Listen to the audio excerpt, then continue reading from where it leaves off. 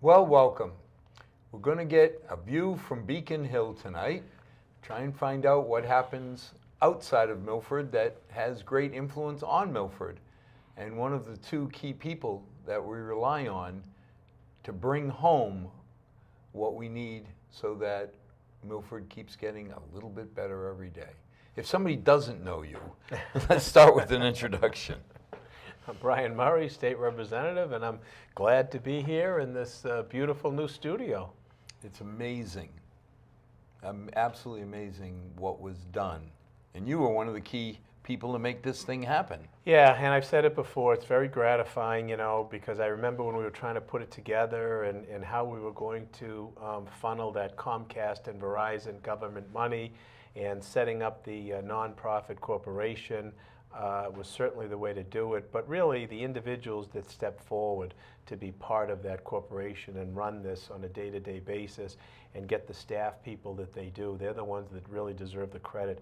And this is a top-notch studio. As I talk to other representatives from different parts of the state and kind of tell them a little bit of what we have here, they're absolutely amazed. Other communities do not have this level of local cable TV. We're very, very fortunate.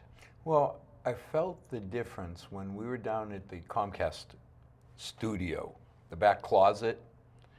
It was very, very difficult to get kids from the high school and all to want to volunteer. Yeah. You know, I mean, the equipment, when Paul Revere put it in, I'm sure was state of the art. Yeah. But you could see them looking at this analog board and the analog cameras, and it wasn't what they grew up with. I know, but we do have nice memories of being down there, and it was kind of like in someone's basement. It was like something out of Wayne's World. Yes. We just kind of filmed it, and it was all 120-degree view. You couldn't go any further, or you saw all the junk being stored. Yeah, and it was the same like plant that was in the background, and I mean I had gone down there many times as a member of the school committee. Carl Romanoli had his education show, and a lot of fond memories. But this is really state of the art. And it's great because not only is it easier to get the kids, they actually learn. When they leave Milford High and they leave this studio, they are prepared to take on any AV type role.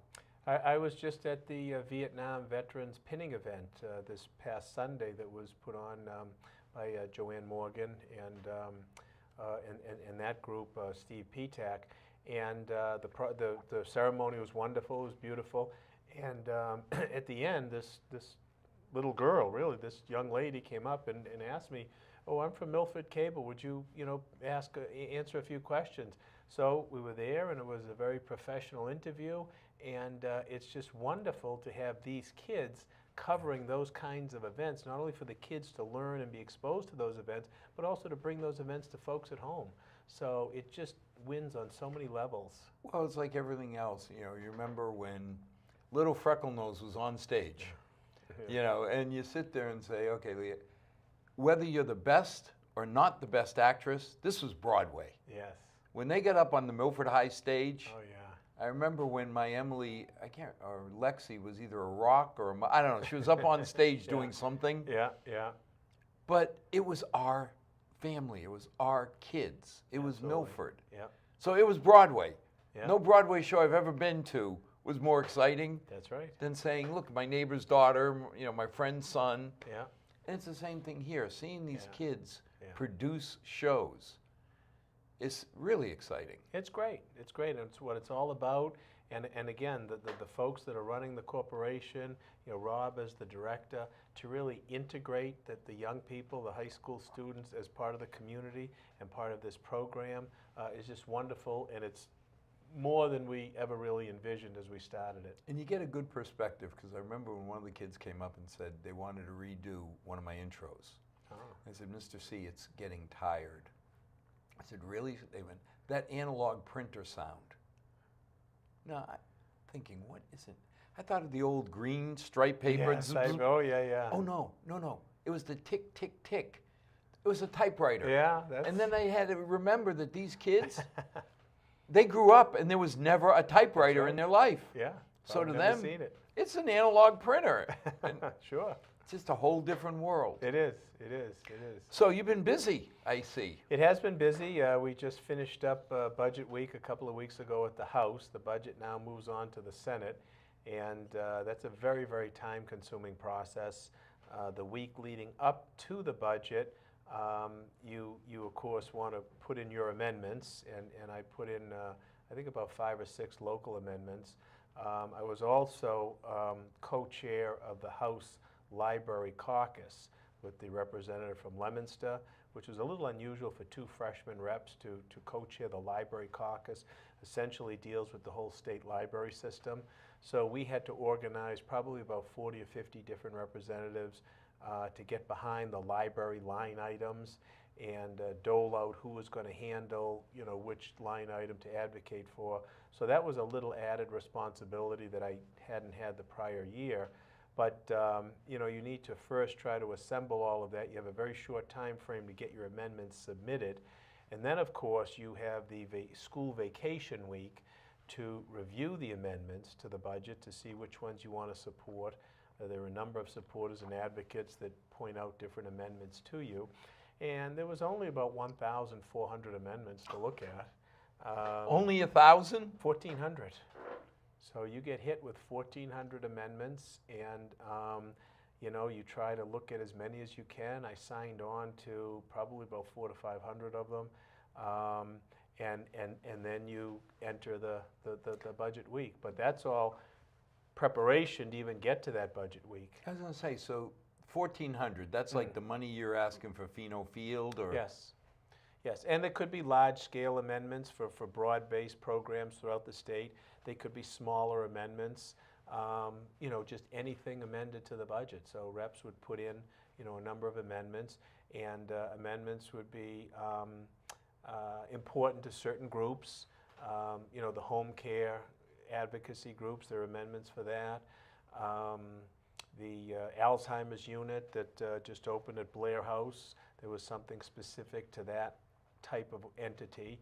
So you have to really try to look at those, pay attention to them, see what makes sense, and support the ones. So you had that about can. 5 that directly affected Milford?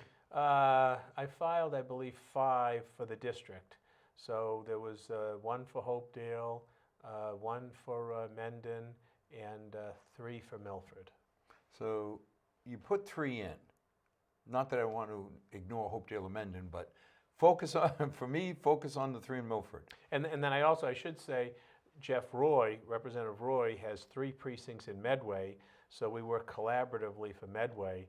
So he engineered, I think, about 4 or 5 for Medway that I also co-signed. I want to trade a street.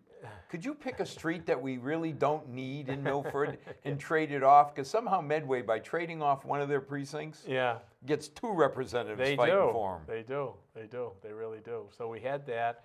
So the ones in Milford that I submitted an amendment to add some funding for the Pheno Field pool renovation project, which, as you know, is a very important project in the town and is going to need some serious work. I put in an amendment for funds for the youth center, and I also put in an amendment to fund the regional navigation substance program, which Amy Leone works with the police chief to try to expand that cooperation that they have in terms of the opioid crisis. But now, a book of 1,400, and there's 3 freshman Murray items in that 1,400. You got to go get people to first read your 3 or 5 and then sign on to them? Well, the local ones, not so much. So then what happens is when you get back into session the week after school vacation, and the leadership tells you, be prepared. These days are going to be 10 in the morning till 10 at night. And they're serious. So, we gavel in at 10 in the morning on a Monday. The budget gets broken down into probably about 8 or 9 sections, okay? So let's just say there's a section on public safety, and my amendment for the Hopedale Police Department was in that public safety.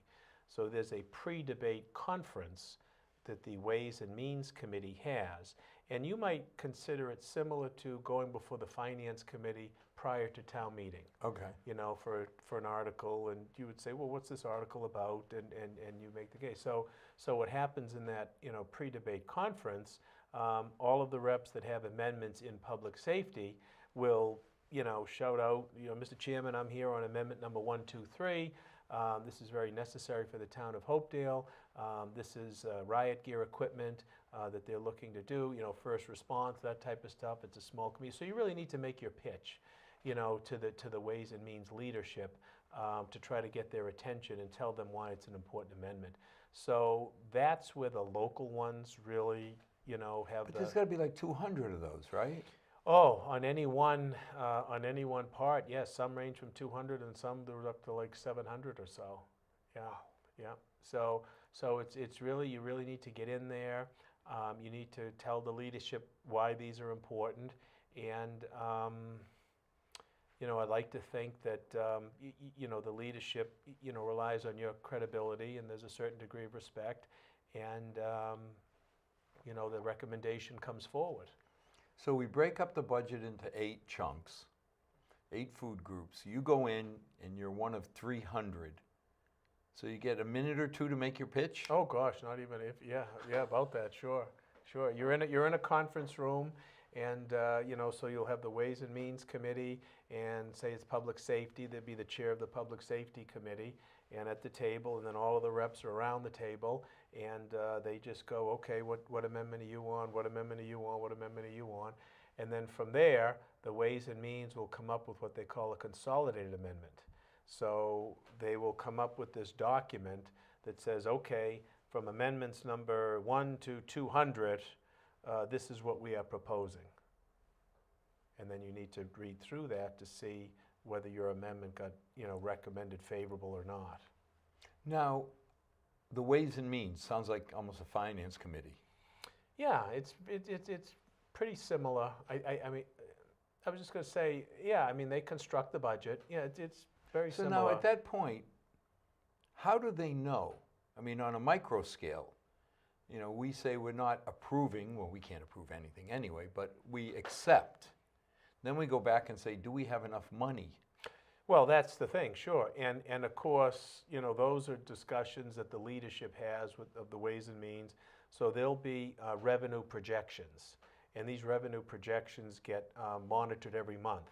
Right now, actually, the budget is, I think, 800 to 900 million ahead of the projections that we had. So, you know, and what I told advocates, I said, you know, the good news is, you know, the revenue is much higher than projected. The bad news is the revenue is much higher than is projected, because, you know, when that happens, all of a sudden everyone feels There's like 300 more amendments. Exactly. So that makes it difficult. But the Ways and Means, you know, monitors very closely, and they work with the Senate and I think also Administration and Finance to really monitor what the revenue projections are. So going into that fiscal year, they have a target. So right now it's at about $40.1 billion. So our House budget, I think, originally was, I don't know, 39 or close to 40 billion. And I think in terms of amendments, it was about $80 million that got approved. You know, it always seems amazing because 80 million, you know, our 50 grand for Fino Field. Yeah. Huge money for us. But when you put it in perspective of 40 billion, That's right. it's amazing we don't get lost in. I guess that's your job, to make sure we don't get lost in the shuffle. My job. And Milford is in one position, but to be honest with you, Hopedale and Mendon are even more precarious positions. So it's important to advocate for those communities. So I was able to get $50,000 to expand and renovate the Mendon Senior Center, which is a huge benefit to that community. They don't have the financial resources that Milford has. So that number is very, very significant. So it's very, very important to advocate for the smaller communities. Well, I mean, you were intimately involved in the senior center, and now look at what that does for our seniors in Milford. Oh, it's amazing. Again, wherever I go, you know, in fact, when I go to Mendon, and I'll ask some of the residents, you know, I said, have you ever come over to see our senior center in Milford? oh my goodness, that is gorgeous. That is a beautiful senior center. That's the most greatest senior center. I said, yeah, I kind of think it's nice. I'm a little biased, but A little? yeah, I kind of think it's pretty good. So now the Ways and Means puts together their consolidated. Yes, so then that will go to the floor for debate, and anybody can get up and, I'm against this, or I want to amend that, or whatever, and then vote is taken on the floor, and that consolidated amendment, if amended on the floor or not, would then pass, and that goes into the budget. So item number 1 out of 8 is off the checklist. And we move to number 2, But now that's the education. House budget. Yes, That doesn't mean it's now approved and going to be implemented. correct. So now what happens is it goes off to the Senate, and they're going to start their budget work, I think, maybe next week, in the middle of May. So they have their own process. I'm not sure exactly how that works, but I think it's fairly similar to what we do in the House.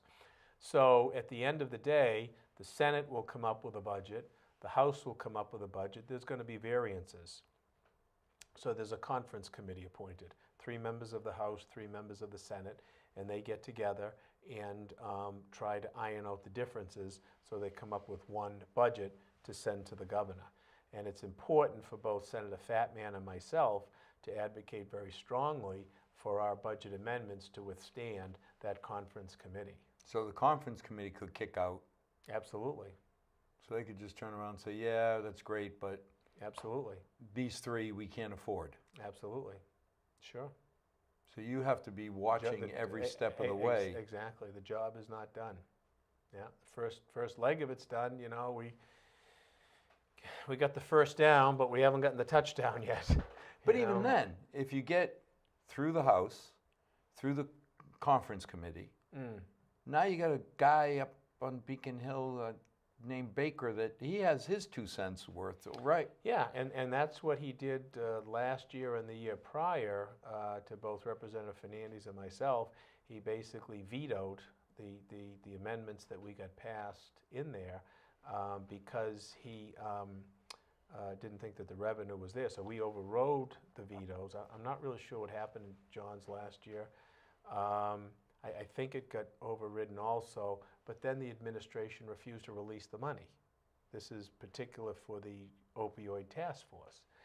And it hurt. In fact, I talked to the police chief this past weekend about it. Right now, for the funds that I got them last year, I got them $50,000 last year for the opioid task force as well. Because it got released so late in the year, they haven't had a chance to spend it. The state is now saying if you don't spend it by June 30th, you give that money back to us. So now I'm working with them to try to get an extension on that because the administration waited so long they held to the release money. Exactly. It's not like they gave them the money, June 1st or June 30th. I think they gave them the money sometime January or February. So we're working hard on that. Well, that's got to be double hard to get them more money this year if your colleagues look and say, they still got half the money from last year.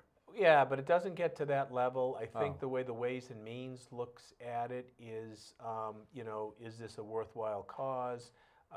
Is it a meaningful program? And it was easy for me to make that case with the information that the police chief and Amy Leone gave me. It was very easy to argue that, and the leadership at the House is very committed. In fact, it put a lot of money into substance abuse treatment programs throughout the state. So the House leadership, and I think the Senate does as well, recognizes that it's a serious problem. So that wasn't so hard. The other ones for the senior center and the pool were a little bit harder. How difficult is it for you to advocate for funds for Milford when everybody knows we're doing okay financially and there's some towns out there that really aren't? Well, there are a lot of towns that do well financially, and their representatives advocate for those things as well. So, I mean, to me, it's part of my job, and I mean, I knew what it was like to be at the municipal level, and it's not a large piece, but it was awful nice when the state could step forward and fund a project and kind of give it a little kickstart and get it going. So even though Milford, I think, is in a better position financially than a lot of communities, we pay taxes, we contribute to the state, and I think that this is a benefit that our residents ought to get. Oh, I agree. It's just, Yeah. I can see somebody saying, Brian, seriously, Yeah. you really need this, as opposed to some town here that can't fund anything, or, Right. remember the years you were selectman, we were debating how much we're going to spend on expanding our library, while Yes. towns around us were debating how many Yes. hours can they keep their libraries open. Yes, and libraries are a huge concern across the state. I've met with a number of library groups through central Massachusetts, and many of these towns are still struggling. There were probably about 6 or 7 line items in the state library budget, and as chair of the library caucus, we had great success in increasing those line items for libraries across the state. So that was a whole other aspect of the budget process that I undertook on a statewide basis as opposed to the local level. Now, how can you not want to fund the libraries? Well, I think it's, easy to put aside. We need to have strong police. We need to have strong fire. We understand how important it is to have good schools. The libraries, well, they've got their books or whatever they do. They'll be fine. But libraries really, and this was the argument that we made, libraries really are becoming these almost community centers. Yes. So they offer services well beyond just going and reading a book. If you're an elderly person, you can go there, have access to the internet, learn how to get your help with your taxes. The ELL programs, the English language learning programs, are huge in libraries across the state. Sometimes this is the only way residents can learn English. At the library through these tutoring programs. But if anybody doubts it, just go over to Stacy at the end of a school day. It's like a flood of kids. That's the other thing. It's a adolescent and a young person a place in the afternoons. A lot of parents are working. A lot of these kids have single parents, so it handles a huge burden for young people as well. And that's something we forget. I mean, you can't feel it. I can't feel it. I mean, we've both been married 100 years. Thank God that, our better halves put up with us. Yeah, yeah. But, when I coach soccer and I'd see, a single parent, mom or dad, with 2 or 3 kids, and you sit there and say, how? It's tough.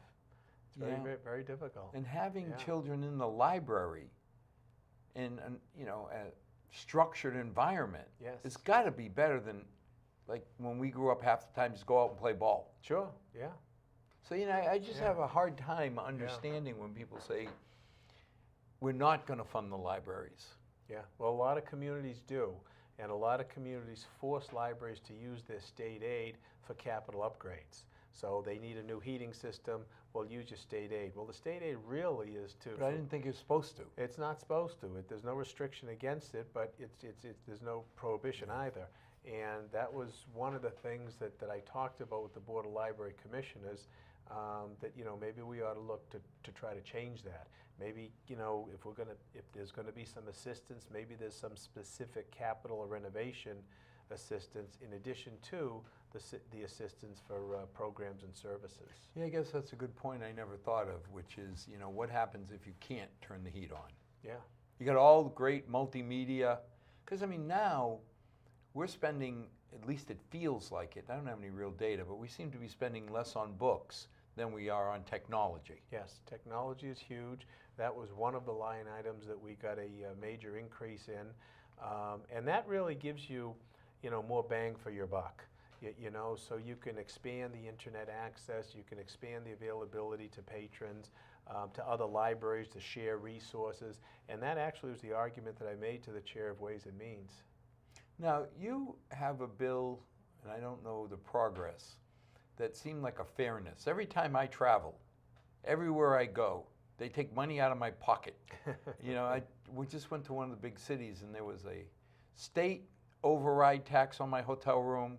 There was a local. I think there was one for dogs and cats. It seemed like 15, 20% more was thrown on top of my hotel room. Okay, sure.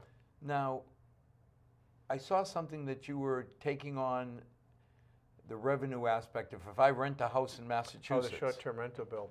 This is really a bipartisan issue. The governor has been promoting a change to this since I got elected, and there were a number of bills that were filed. Essentially, with the Airbnb business, the home rental business, which has really proliferated in the last few years. There's no regulation for it, no way to make sure that the home is safe for renters in terms of fire protection, exits, that type of stuff.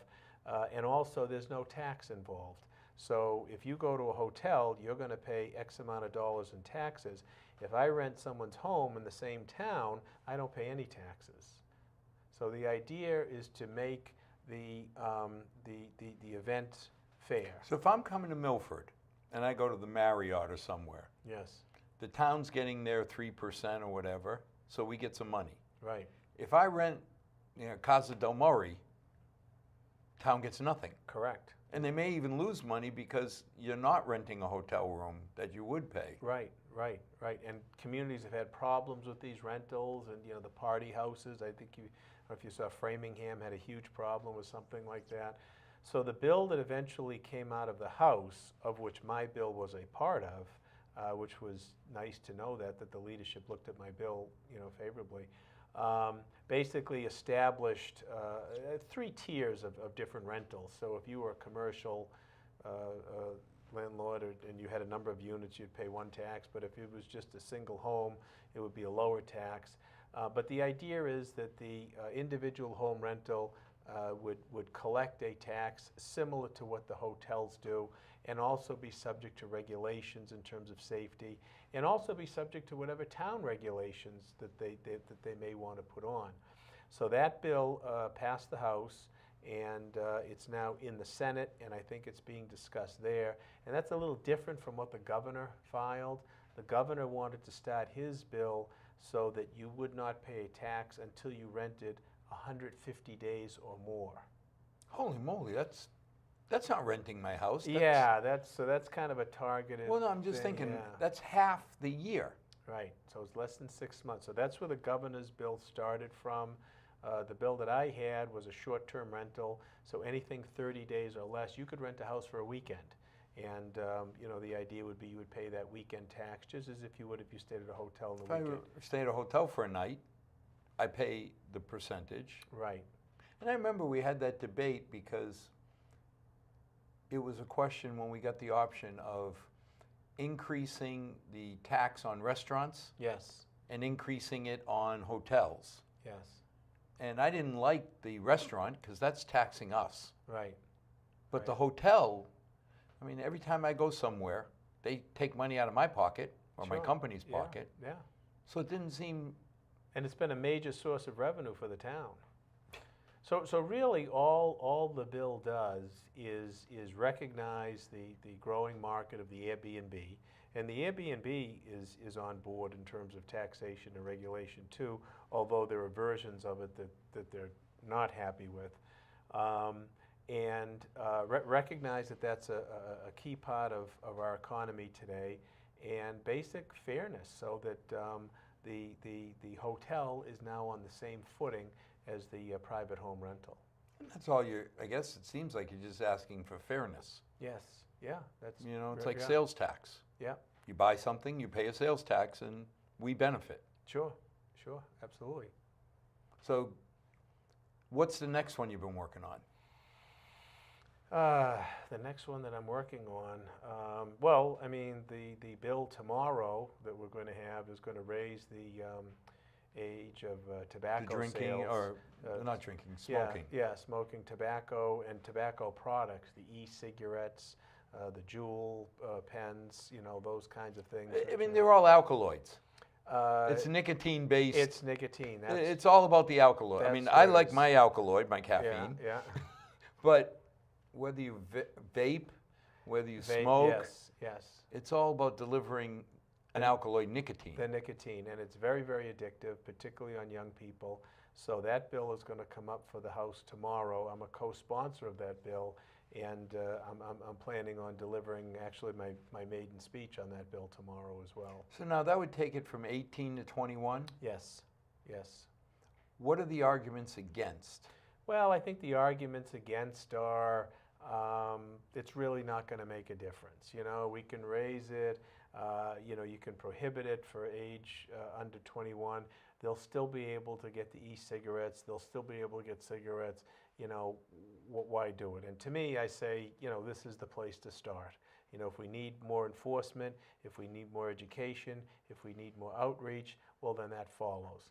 But, you know, any trip starts with a first step, and this is a huge first step. But isn't that reason, the 18 versus 21, why when I was in college, when you were in college, drinking age was 18. Yes. The problem was there were 18-year-olds in high school. Yes. And, you know, God bless teenagers. Right. You know, their job is to push the boundaries. And Yeah.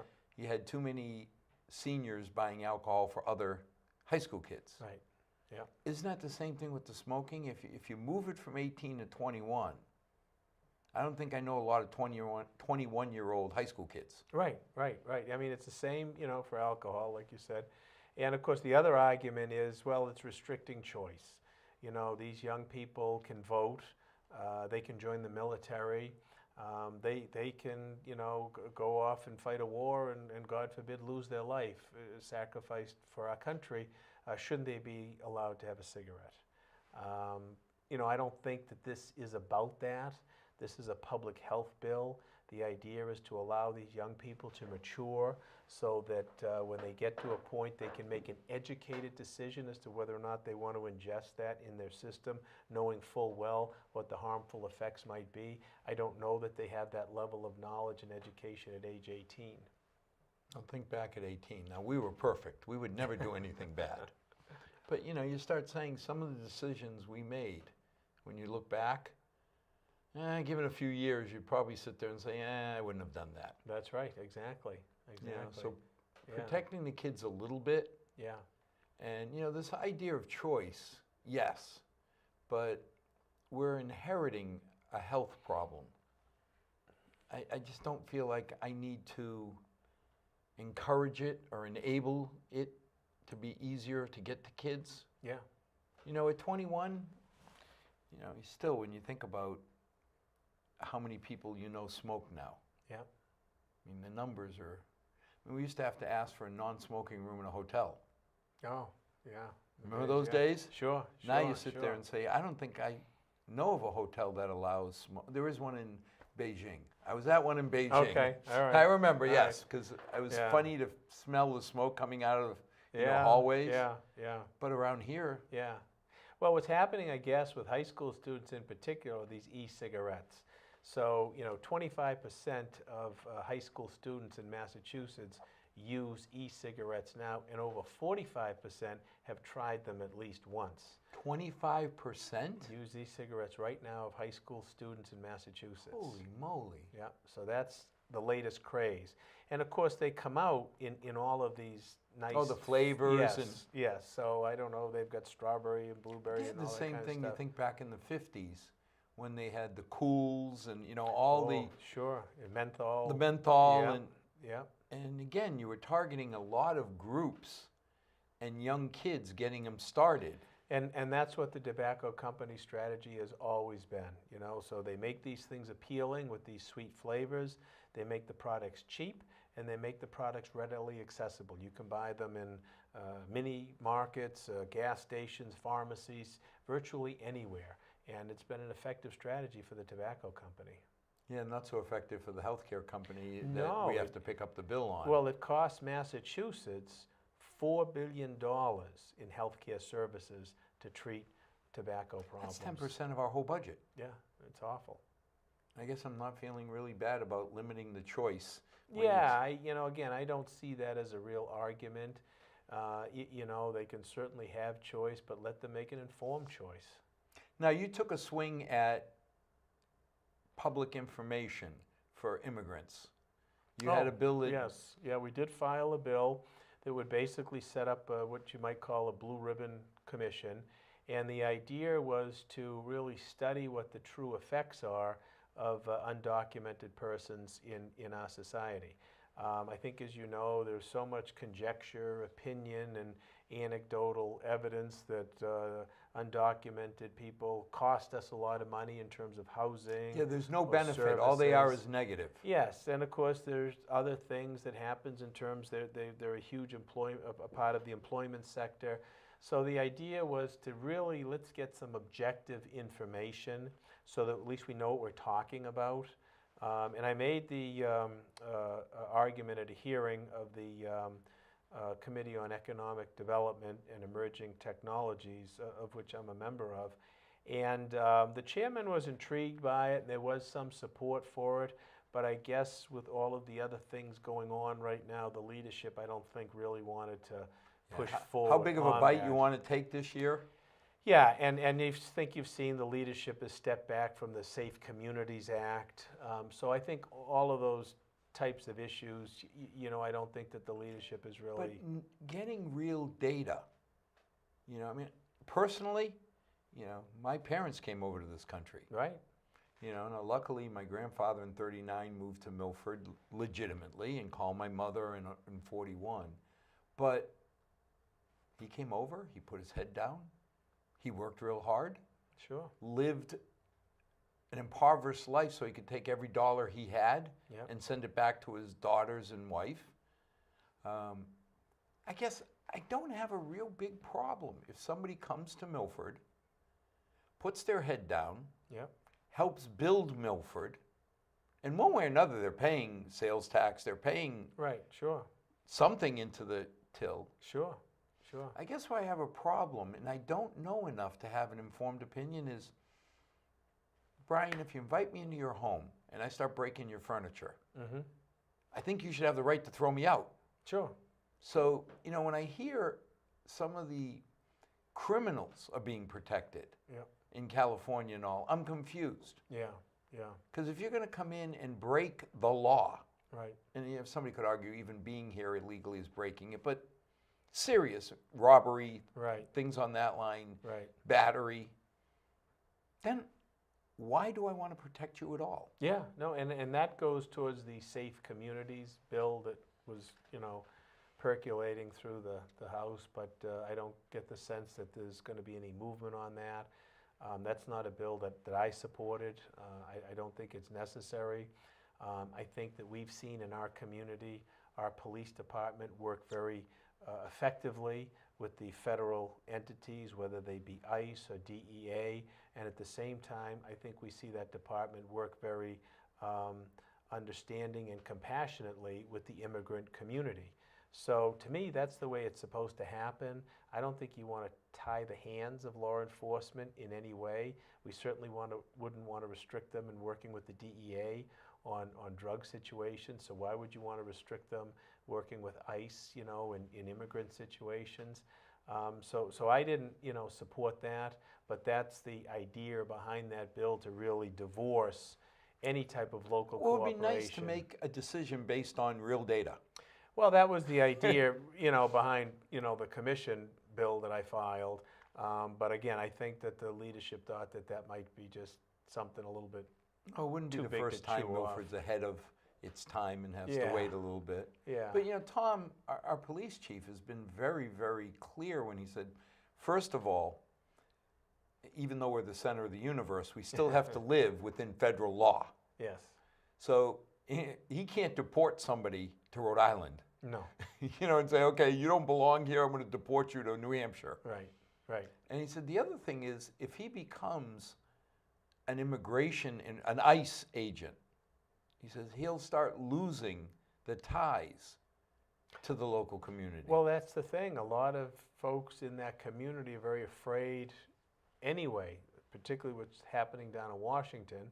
And I think the real answer lies in Washington. Obviously, immigration is a federal issue.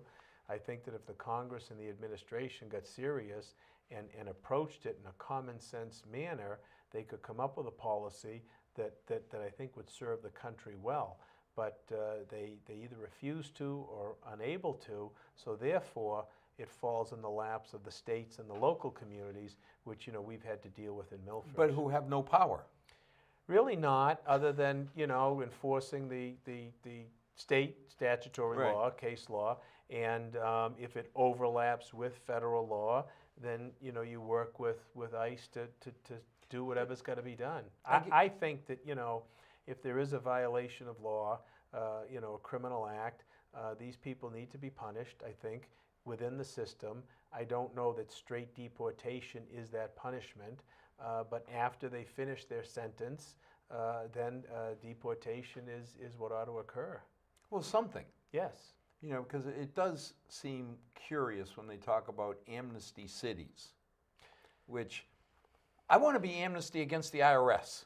Can we just declare we're not going to pay any taxes as Massachusetts anymore? And it's a level of degree, like you said. I think some of those cities in California are talking about, people who are just regular working folk and, work as custodians or in diners or restaurants. They come in, they put their head down. They put their head down, they're going to work, they're not breaking any laws, and I think it's those people that they want to try to protect in California. I don't know that anyone's looking to try to protect someone who commits a violent crime. And that's the whole thing, again, the data. Yes. I mean, I love it because I've got such a long ride. I get in the car, I turn on Fox News. Yeah. After about 40 minutes, I turn on CNN. Okay, so you And somewhere in between, right. I feel is reality. So you get both ends of the Because spectrum. I'd be scared to listen to either one. Right. It kind of reminds me when we have Uncle Ed and the conservatives on. Yeah. Okay. And then we'll have Chris and the liberals. Yeah. And I watch and I sit there and say, okay, I can't be red, I can't be blue. I'll just declare myself purple. And don't you love it? Every time there's breaking news. Yes. Everything's breaking news. Breaking news. The president just walked out of the White House. You know what Yes. I mean? It's always breaking news. Gun control. Yes. Still a hot topic. Very hot. Yes. Particularly with the horrible tragedy that occurred in Parkland, Florida. I think it has really galvanized and energized the younger generation. They're marching, they're organizing. I think that other states besides Massachusetts really deserve the attention. I think Massachusetts is probably ahead of the curve in terms of gun control and sensible gun laws. Not that maybe other things can be done, but certainly there are other states that don't have the things in place that we have. So it's a very, very emotional issue. There are a lot of gun owners who are very, very responsible, very, very sensible, very, very safety conscious. When you go to the Rod and Gun Club, you just see how serious they are about that. Those people's rights need to be protected. There's no question about that. Yeah, I mean, I bought a shotgun when I was a kid from Dwyer's Sportland in Water Street, and I never could sell her. It just sits in my basement. Yeah. I don't think I've shot it in years, but I remember when the trigger guard law came out, I went, bought my trigger guard, put it on, so that I would stay legal. As I mentioned before the show, I hear things that scare me. You said sensible gun ownership.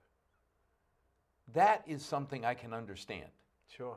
I follow the laws. I go down, I get my little FID card. I put the safety trigger lock on. Yes. And those owners are very conscientious and very cognizant of proper gun handling, proper gun usage, and gun safety. But the laws aren't, I can't imagine that the people around me buying trigger guards were drug dealers or, any of the gang members. Right. So it seems like there's got to be a way. And when you talk about some of the tragedies, when somebody says, I got to buy a gun today, you can't hold me up. Yeah. Why? Right. If I wanted to go buy a new gun, Yeah. and the gun show's coming up in a week or two, I can go down to the police station, and if they need 3 or 4 days, I'll go down Monday. Yeah.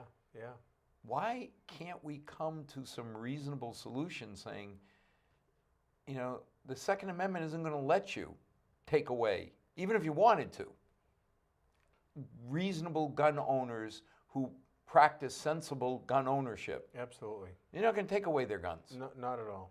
Not at all. Not at all. Responsible gun ownership, and again, you see that on the gun clubs. You know, they're very conscientious, very knowledgeable about gun safety, and you know, I don't think that that's really what's being targeted. You know, one of the things that we did in Massachusetts, and we were the first state to do it, and it was after the Nevada shooting, was we banned the bump stock device. Yeah. Now why do I need? Yeah, you know, and I never even heard of it, you know, but apparently it's a device goes on the back of a gun and it, you know, gives it more rapid fire. And just to show you the consensus, the vote in the House on that was 151 in favor, only 3 against. So that carried a number of Republicans, and the Senate passed it, and the governor signed it into law in Massachusetts. But anybody who's fired an automatic weapon, you know, my younger days when I worked down with the Navy and some of the military on propellants, one of the perks is they take me out to the range and let me play with automatic weapons. Sure. And you realized why there was a switch for single fire, 3-round burst, and automatic. Because if you really held the trigger for an automatic, I was shooting pigeons. You know, because the days where you see Arnold Schwarzenegger hold a machine gun and he just sits there like nothing, no. By the 3rd or 4th round, I'm shooting up in the air. So this whole idea of tremendously powerful. Why do I need to fire 8 rounds, 10 rounds instantly? No, so, I mean, I thought that was a good vote. I thought it made sense. I thought it didn't impact negatively any responsible, you know, gun owners. And, you know, I voted in favor of the ban on that as well. Now, I think other states are looking to try to do that. I think with some of these students in Parkland and other young people across the country, and even in Massachusetts, we've had a number of schools, you know, have protest advocacy days. I think they're looking for the federal government to adopt something like that as well. But now that brings us to, you mentioned it's a bipartisan. Now in Massachusetts, okay, so you got the Democrats and the 6 Republicans they let in. Well, we have more than that in the House, but yes. Well, I was thinking the Senate. I think they got 6 or 8. Yeah, I think there's about 8. Yeah. Because I remember the first time I went in, I looked at John Fernandez. I said, "Who are they? Are they stinky?" Because you got this whole list A through Z. Yeah. And then there's 6 people over there. He goes, "No, those are the Republicans. We put them at the different side." But well, that's going to be the Senate. The House, I think there's about 30 or so. Oh, a whole 30. Yeah. But I mean, realistically, they have to work within the system. I got to tell you, Al, I mean, the level of cooperation, you know, and assistance and camaraderie that I have gotten at the State House from Democrat, Republican, city legislator, central Mass legislator, country legislator, whatever you want to call, has just been remarkable. There's no question that everybody in there is looking to try to do the right thing. Well, now, you and I might disagree as to what that right thing might be, but no one is looking to really undermine the other person and really. But I'm okay with the Tip O'Neill, Ronald Reagan strategy. Yeah. I can, you know, 2 people diametrically opposed in their politics, but they can respect each other and go have a drink together. Absolutely. You know, when I see you and Ryan. Yes. Okay, a little bit of a difference in political outlook there. Yes, yeah. But somehow the 2 of you park it. Yes. When it comes down to what's best for Milford. Absolutely, and the district, and the district, and yes, I've gotten to know him, you know, very well since I've been there. He's a bright, well, I'll call him a kid. He's not. I shouldn't call him a kid. He's in his 30s, but you know, the older we get, everybody seems like they're a kid. But he's a very, you know, bright young man, and you know, we work very well together. His interest is in the district. There's no question about it. So he's looking to do whatever he can, and we have to work closely for the budget, for example. So, you know, after the earmarks that I got through on my end, the first thing that, you know, I had my aide do was make sure that we notified Senator Fatman's office to say, look, this is what ought to be coming out of my district. You know, please look out for them.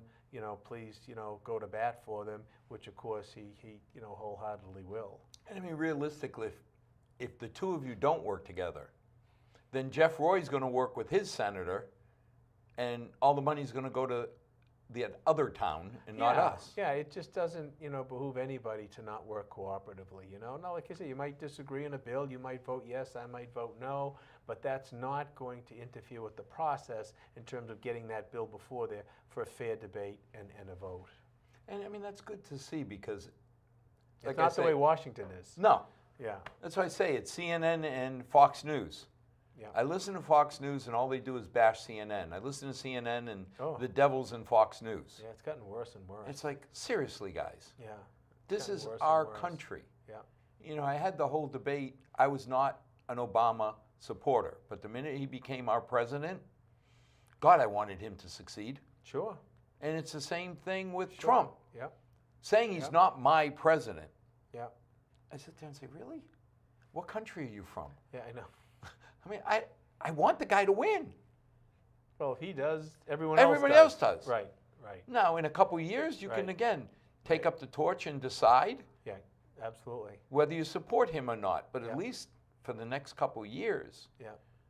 and we want everybody to somehow put aside this blue and redness Yes. and get more purple and say, what is the best thing? Right. Because I'm so disappointed that the Democrats are behaving just like the Republicans did. Both of them. Yeah, in Washington. In Not in here. Yeah, in Washington. Yeah, you're not really seeing that in Massachusetts. I've got to say, Governor Baker is a Republican, but his administration is easy to work with. I think he pays particular attention to the communities. I've supported bills that he's put forward, particularly on the stormwater. I supported it, and Representative Roy did as well, to try to get the stormwater regulations away from the federal EPA and to the state DEP, which I think, just from the dealings that we've had locally, it's much easier to deal with DEP than it is EPA. And the governor filed what I thought was a good bill, and I advocated, both myself and Representative Roy advocated very strongly for it, and we notified the administration. The administration was appreciative. On that one, we didn't care, Republican or Democrat. This was the right thing to do for our communities. Well, it was $70 million worth of extra tax on us. Yeah. That would have been, if you didn't play nice together, every homeowner average in Milford would have gotten an extra $4,500 bill. Oh, goodness, yeah, it's a crazy, crazy setup. Back then our whole budget was 70-some million. They wanted to do almost 70 million. Yeah, it was a very difficult process. And I love the guy. And I used that process, to advocate for the bill, and I contrasted it with the DEP work that they did during the water crisis in '09 that we had. So, we had the EPA on their stormwater and the way that was handled, as opposed to how DEP, worked with the Milford Water Company when they had the Collie Farm. So, there weren't many, I don't think there was any representatives that had the municipal experience with both agencies to that degree. And when you think about it, back then it was John, your predecessor, who said, wait a minute, let's deal with the phosphate issue in the bag. Yes. Let's deal with it not after it's spread all over the lawn and we have to chase it, but why don't we just figure out that we don't want it? Yeah, and John was instrumental to get that bill passed banning phosphates. So now all of a sudden, instead of being in a nice little contained bag that I can say no, Yeah. I'm chasing thousands of acres where it's spread out. Right. It's the water, and God knows where it goes. We had a new initiative coming before town meeting. Just put you on the spot, the task force. Mm-hmm. Have you kept up with that? Now, this is the task force to... Guard our schools, guard our municipal buildings. The police. Yeah, the 4 extra officers. Okay. Kind of Uber train them, Uber outfit them. Yeah, I mean, I didn't follow that closely, but I did see that, there was the recommendation put forward by the police chief on it. So obviously, I have a great deal of respect for our police chief. I think we have one of the best in the state. I would certainly give great deference to that recommendation. The only issue that I see with something like that, where it's percolating from the central government issue, is, have we really wrapped into the schools on that in terms of utilization, what's going on in terms of security? You've really got to, I think, make sure there's coordination with that and the schools with what they're doing in security, which I know is pretty good. You know, to get into high school now is like trying to get into Fort Knox. Which, thank God. Yes, yes. You know, when that came up, you know, it's $700,000 first year. Gulp. You know, but you sat there and said, God help us if we ever said no and something happened. Sure, yeah. You know, because what swayed me is when they said, we're part of the regional SWAT. And SWAT can get to Milford within 45 minutes, ready to rock. But most of these incidents are 5 to 15 minutes. Sure. 45 minutes, you could have God knows how many people. Having a police officer in the school during the day, well, as he walks around or she walks around, they're going to get to know every nook and cranny of Milford High, or of Brookside, or of Woodland. Right.